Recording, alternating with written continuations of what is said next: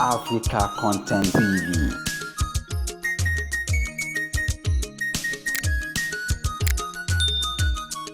Àbàlàbà tó dì fún aṣọ rẹ̀ àyà Ọlọ́run ló pè wá sábọ̀ ayọ̀ ó ṣeun bàbá òṣùbà rere òṣùbà rere òṣùbà rere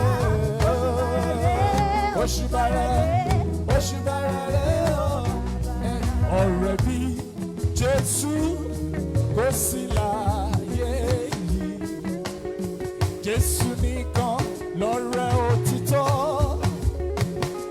ọ̀rẹ́ ayé yìí lè kọ̀ mí sílẹ̀ ṣùgbọ́n Jésù kò jẹ́ gbàgbé òṣùbà rere òṣùbà rere òṣùbà rere ó bàbá òṣùbà rere òṣùbà rere òṣùbà rere òṣùbà rere òṣùbà òṣùbà òṣùbà rere òṣùbà òṣùbà òṣùbà rere òṣùbà rere.